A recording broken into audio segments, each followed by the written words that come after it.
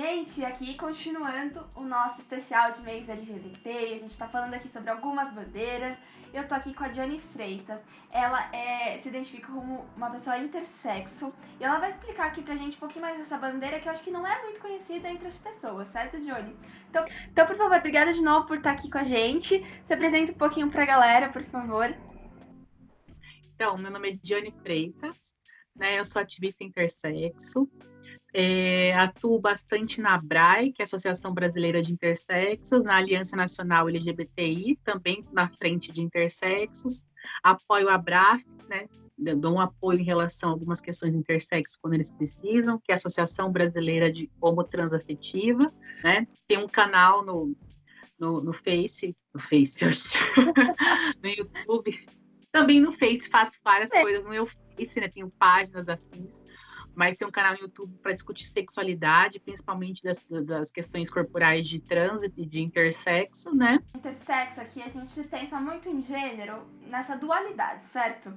E a gente vai aqui explicar que nem sempre é tudo preto no branco, que não existe, que a natureza tem uma variedade infinita de possibilidades e que o ser humano é infinito por si só. E é sobre isso que a gente vai falar aqui nesse vídeo. Meu nome é Gisele. Meu é Dione. E esse é o Graças a Deusa. Primeiro, antes de mais nada, pro pessoal se inscrever aqui nesse canal, né? Porque senão a gente esquece de pedir, o pessoal não se inscreve. E sabe o que é, Johnny? Uns 90 e tanto por cento das pessoas que assistem o canal não são inscritas, não dá like, não compartilha, não faz um monte de coisa. Daí sim, fica difícil trabalhar desse jeito, certo? Então vamos lá, Johnny. Um pouquinho, me explica aqui, você é uma pessoa intersexo, certo? Se você quiser me explicar um pouquinho sobre como que foi essa sua trajetória e o que é uma pessoa intersexo, para as pessoas entenderem melhor do que se trata essa bandeira. Então, eu vou começar falando sobre a questão intersexo, né, diferenciando das outras questões. Para falar da intersexo, primeiro que a intersexualidade não tem a ver com gênero, né? Quando a gente fala de intersexo, tá falando de sexo, por isso que é intersexo, né? E inter vem esse prefixo é inter, porque está no meio, né? No meio da questão biológica, entre o macho e a fêmea, que são mais de 40 estados, né? Não existe um estado só. Depois eu posso explicar que não é só hermafroditismo, a gente não usa esse termo também por questões sociais, existe esse caso na espécie humana, mas não é só esse. Então a gente não pode falar, não, mas isso não é hermafrodita? Não, não é, porque não existe só esse caso. E o hermafroditismo verdadeiro acontece 1 em cada 80 mil casos, né? E o intersexo é 1 em cada 100 nascimentos. Então dá para a gente ter. Então, quando a gente fala de intersexo, a gente está falando do recorte biológico. Intersexo são homens, são mulheres, são não binários. Intersexo pode ter qualquer gênero, como qualquer outra pessoa nascida do sexo macho ou do sexo fêmea. Então, é recorte biológico. Tem intersexo que é não binário. São pessoas que são intersexos, se identificam com os dois papéis de gênero, por exemplo, e querem desempenhar esse papel.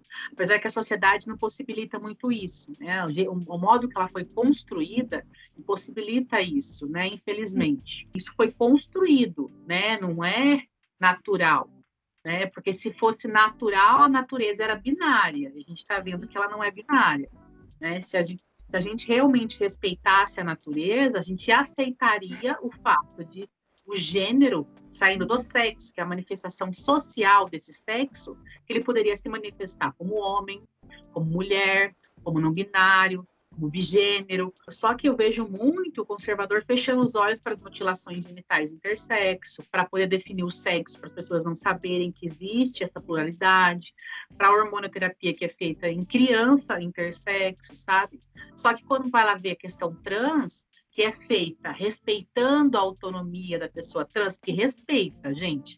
Quem não respeita é quem tenta impedir, né? Daí fica toda aquela ladainha falando que tem ideologia de gênero, né? Falando que estão querendo modificar as crianças, sendo que as próprias crianças estão trazendo essa necessidade, né, junto com os pais. E, quando a gente pensa na pessoa trans, ela tem autonomia. Tipo, quando você vê uma criança trans, ela está trazendo aquilo, né? Ninguém está impondo para ela. Ela está trazendo. Você vai tratando aos poucos, não com hormônio, que isso é uma mentira, né? Quem recebe intersexo. Mas ela vai trazendo aquilo. A intersexo, pelo contrário, impõe para ela que ela se opere. Muitas vezes com 8 meses de idade, ano. Mais um pouquinho para as pessoas entenderem nessa questão, que a gente entrou um pouco nessa questão da infância, da criança e da criança intersexual, né? que, pelo que eu entendi, que eu li, você pode explicar melhor, a criança, ela nasce intersexual, né? Ela tá nesse espectro entre o que é tido como masculino e feminino socialmente. E o biológico dela vai se manifestar de uma maneira um pouquinho diferente, certo? E só que, tipo, a própria medicina, quando a criança nasce, até dentro do hermafroditismo, com toda a licença para usar essa palavra, até que eu tava vendo que tem médicos que, assim, a criança ao nascer já faz essa amputação, sabe, da criança, e a criança não tem nem a possibilidade de escolher. Como é que funciona isso exatamente?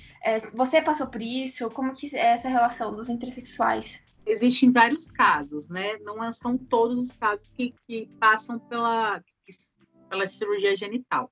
Quem passa pela cirurgia genital são casos que têm ambiguidade genital, né? Que é genital atípico, em apenas alguns casos. Esse caso que a gente chama de hermafroditismo verdadeiro, que hoje a gente chama de ovário testicular, que isso é quando a pessoa tem presença de ovário e testículo no mesmo indivíduo. Ele pode ter genital ambígua, ambiguidade genital, como ele pode nascer só com pênis ou com vagina, e não tem ambiguidade. Mas o que determina ser hermafrodita verdadeiro é ter testículo e ovário. É isso, independente do genital. Mas quem passa por mutilação genital, e eu chamo de mutilação porque não respeita a vontade da pessoa, é quando nasce com genital ambígua. Isso acontece em mais ou menos 1 a cada 2 mil nascimentos, que é a porcentagem de pessoas que nascem com ambiguidade genital. E acontece por quê? Tem várias justificativas, né? Uma delas, que para alguns casos que tem, porque são muitos casos, como eu falei, de intersexo, que a gônada, quando ela é ovário testicular ou de genésica, ela pode ter uma tendência maior de ter câncer. Só que essa tendência maior não é em todos os casos. A tendência é em torno de 5% a 20%, dependendo do caso. Por isso que tem que se analisar caso por caso. Mas isso se manifesta na adolescência. Se se manifesta na adolescência, por que se faz uma cirurgia na infância? Porque não dá para esperar a criança poder falar, pelo menos. Ela está na pré-adolescência para entender o que está acontecendo, entende? Sim. Porque ela tem que ter noção que vai mexer com a parte reprodutiva dela. Porque muitos desses casos são férteis. Você está tirando a capacidade reprodutiva da pessoa, entende? Isso que eu ia perguntar, se geralmente essa pessoa tem capacidade reprodutiva mesmo. Tem. A capacidade reprodutiva, por exemplo, para o sexo feminino é em torno de 60%. O ovário, ele funciona bem, né? Mesmo na ovotestes, ele funciona bem. Quando é ovoteste, é quando é uma glândula só, sabe? Ovário e testículo fundido. Quando é separado, funciona que é uma beleza. Vai que faz, né? Agora, o testículo, nesses casos, a maior parte das vezes, ele é estéril. Ele é estéril porque ele geralmente está dentro, né, do corpo, daí tem uma questão de estar numa temperatura mais alta, ter fibrose. Então, a fertilidade nesses casos, até um vídeo no canal que eu explico bem detalhadamente, bem mesmo, assim, como funciona. É em torno de 5% só a fertilidade. Para fecundar alguém é mais raro do que ser fecundado, você entende? 5% é um número, né? Não é muito grande, a gente não pode falar que é pouco. E tem pessoas que não são intersexo e também passam pela mesma questão de falta de fertilidade, assim, não é só uma questão de ser intersexo. Ela tem que ter o direito à escolha, essa é a discussão. Tem gente que saber.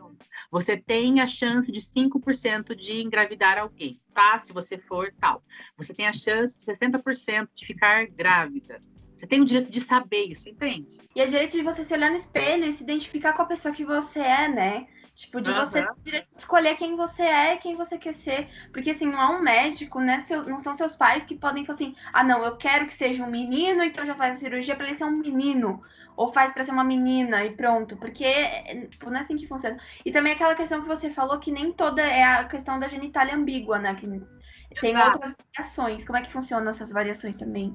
Então, as variações, assim, quando a pessoa não tem genital ambígua e não tem ovário testicular, no caso, a pessoa ela vai ter outros tipos de intersexualidade, né?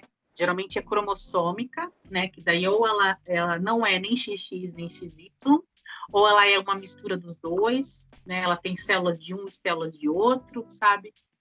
Tem as duas presenças de célula no corpo.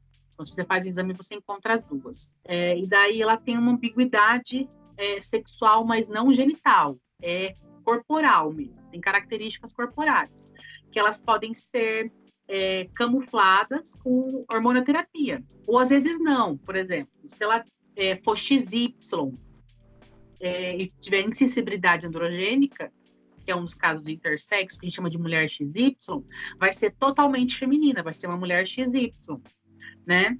Ou se é um caso de intersexo que a gente chama de homem XX, que ele é XX e tem genital masculina e produz testosterona, entende? Então, assim, são casos diferentes, só que a pessoa tem o direito de saber que ela é assim. E uma dúvida, assim, por exemplo, quando essa intersexualidade, quando não é tão, digamos, óbvia, quando a genitália é ambígua, vamos supor, que é mais a questão de cromossomos. Como que a pessoa entende que ela é intersexual? Como que você percebeu isso? É uma coisa que já fica muito nítida desde a infância, desde o nascimento, ou nem sempre? Quando a genital é ambígua, se percebe no nascimento, né? A ambiguidade genital é no nascimento. Quando é questões cromossômicas ou gonodais, quando eu falo gonodo, é testículo e ovário, tá? Ou hormonais, ela vai perceber no nascimento. Isso aparece geralmente na adolescência, porque a puberdade, ela pode ser diferente. Alguns casos, tem gente que às vezes passa a vida inteira sem saber, mas é na adolescência, porque é daí que acontece. Ou ela se descobre que não tem hormônio suficiente ali, e daí não menstrua, né? E daí vai no médico, não sabe que está menstruando, daí vai descobrir que é intersexo, daí precisa tomar hormônio para menstruar, né? Ou descobre que é uma menina que não tem útero, daí vai investigar o porquê que ela não tem útero, daí descobre, né? Mas nem todas as meninas que não têm útero não significa que são intersexo, tá, gente? Não é isso. A maioria mas nem todas. Eu não gosto de fazer generalização, por isso que eu falo, a maioria. Todas. O sexo biológico, ele não é só genético, cromossômico. Ele é cromossomos, gônadas e sexo anatômico. Qualquer desequilíbrio nesses três tem um estado intersexo. Ou muitas vezes passa a vida inteira sem saber, às vezes não consegue ter filho. Daí o médico não conta para ele que ele é intersexo, mas é infértil, né? Nesses casos não conta? Não conta. A gente essa é uma discussão grande. Por que tem que se esconder da pessoa, sabe? Para poder manter esse sistema binário, né? Tem vários casos assim, de mulher que precisa ter filho e a mulher é geneticamente XY e o médico não fala para ela que ela é XY, e que ela vai precisar de doação de óvulo para poder conseguir ter filho, né? Alguns casos de síndrome de Suerder, por exemplo. Ou o homem não consegue ter filho. Daí ele não conta esse detalhe para o homem. Fala, você só é estéril. É um direito da pessoa saber o que, como o corpo... Tem outra questão, e é como a gente é alienado do nosso próprio corpo, né? Como a sociedade aliena... Isso é uma discussão que eu tenho dentro até do feminismo e também dessa questão sexual, que é fazer esse recorte do feminismo da mulher cis, por exemplo. Que a gente passa até por diversos distúrbios alimentares, por exemplo... ou que a gente não é ensinada a se masturbar, que a gente não pode sentir prazer, uma série de questões que a gente não é ensinada a entender o funcionamento do nosso corpo.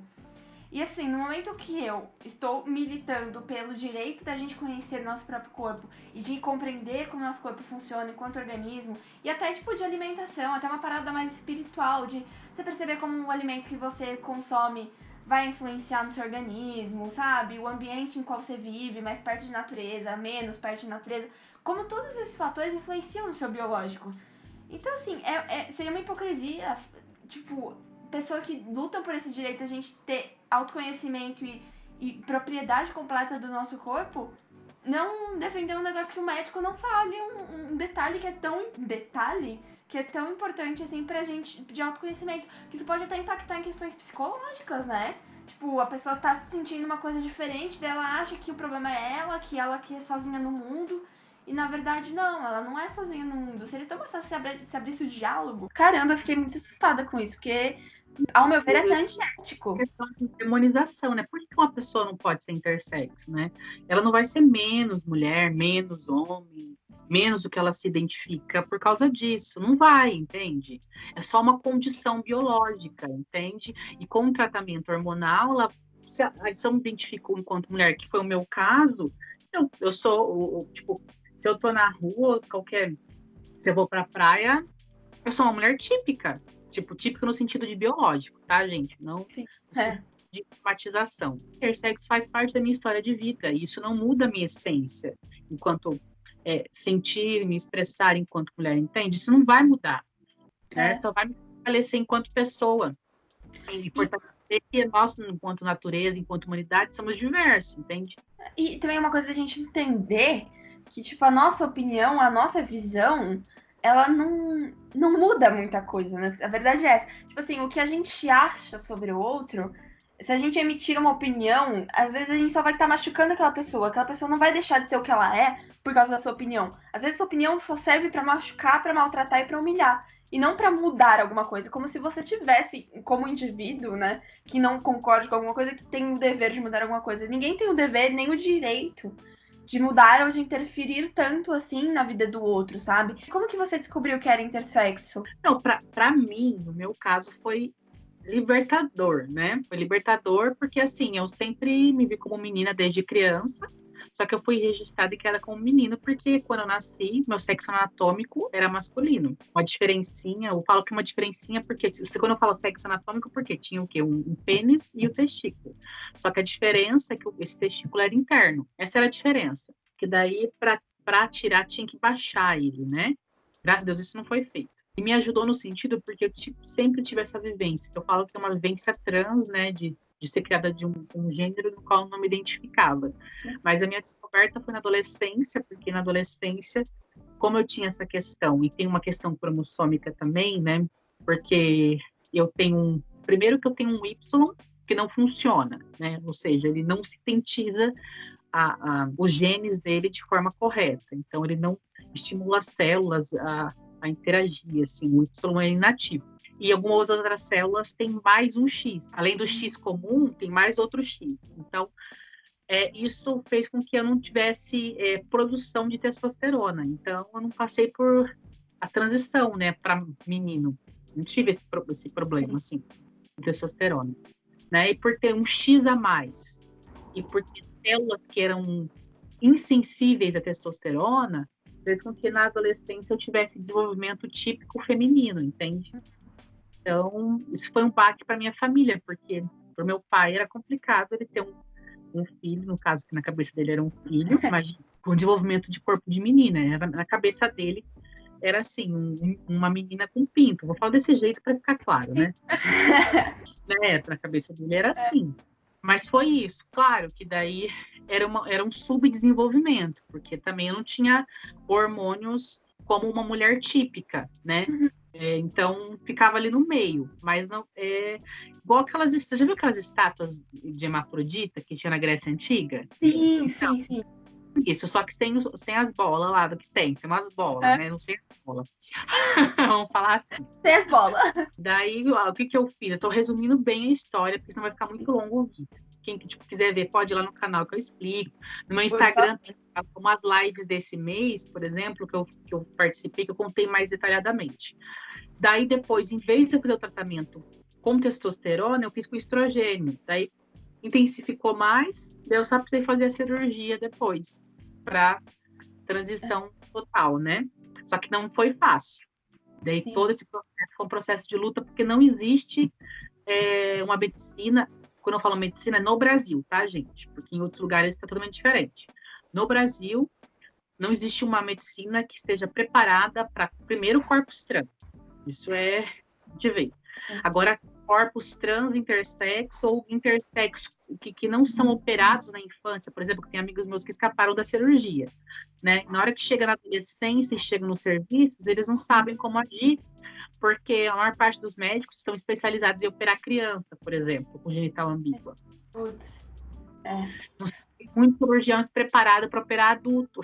Você entende? Então, é complicado. Tem médico que, primeiro, tem o preconceito do médico, né? Tem médico que não sabe trabalhar esse corpo, não entende, não consegue nem entender o que é transexualidade. A gente que é capaz de ter médico que nem estuda o que é intersexo, né? Eles estudam muito pouco, e aí no Brasil está muito atrasado, gente, porque, assim, a resolução do Conselho Federal de Medicina está desatualizada, trata a intersexualidade como anomalia. O que acontece? Os médicos são formados com esse tipo de informação, entende? Então, eles reproduzem isso.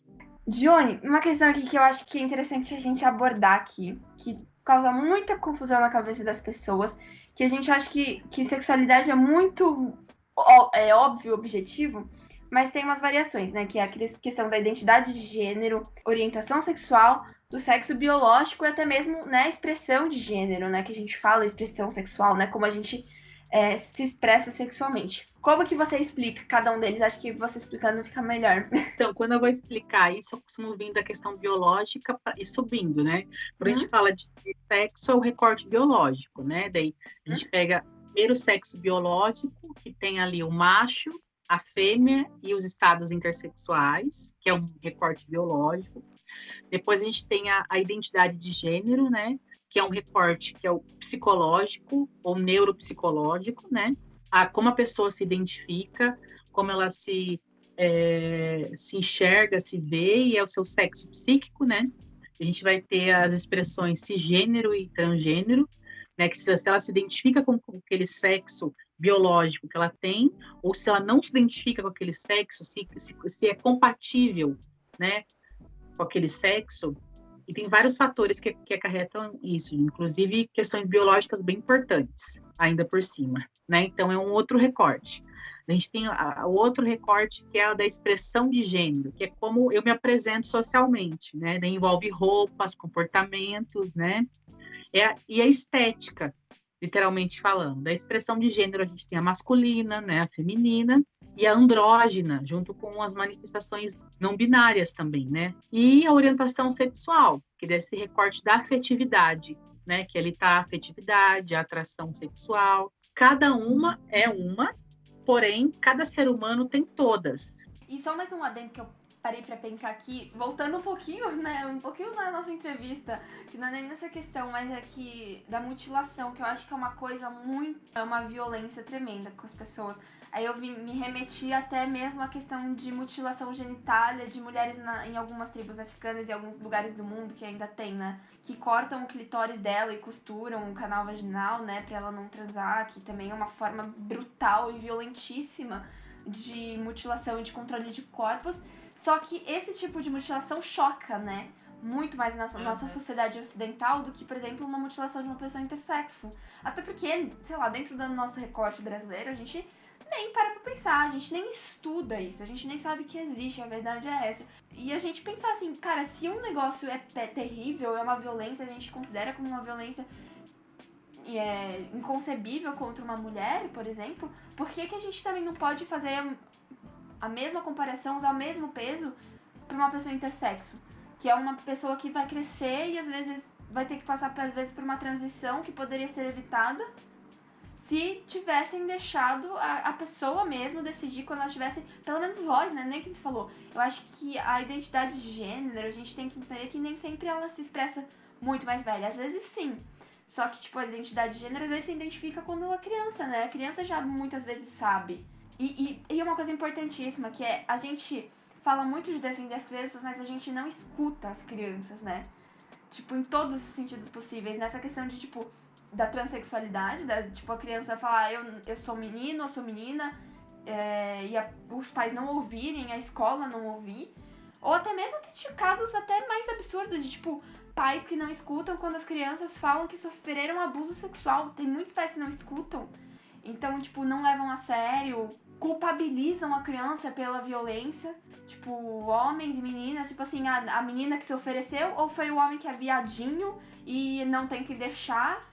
Então, assim, quais crianças a gente tá protegendo no Brasil se a gente não escuta as crianças?